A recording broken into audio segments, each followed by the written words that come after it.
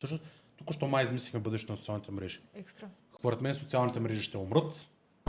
Съответно, ти ще бъдеш зарината от фейк нюс, от low quality, от манипулации, от всякакви неща, които ти не искаш да имаш в обкръжението си.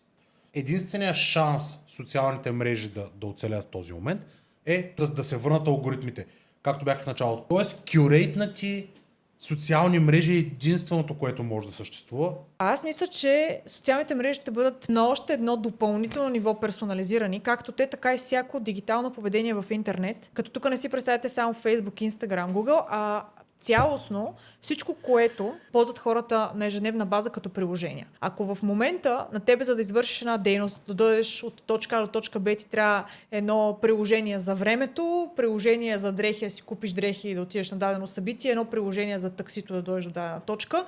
А сега си представям, че може би бъдещето в интернет е един вариант, в който просто браузъра, в кавички, ти е основният инструмент, един твой асистент, който ти персонализира цялостно дигиталното преживяване, включително създавайки социална мрежа за теб в реално време. Примерно. И аз заставам и ти казвам, искам такива кратки видеа, искам да ми покажеш дълги видеа от създатели на тема еди каква си професионална, която ме вълнува. Искам също така един фид, в който излизат само публикации от моите най-близки хора. Това са те и аз назовавам кои са. И от тук нататък на тема медийно съдържание и какво се случва в света, ме интересуват тези 5 теми да знам какво се случва.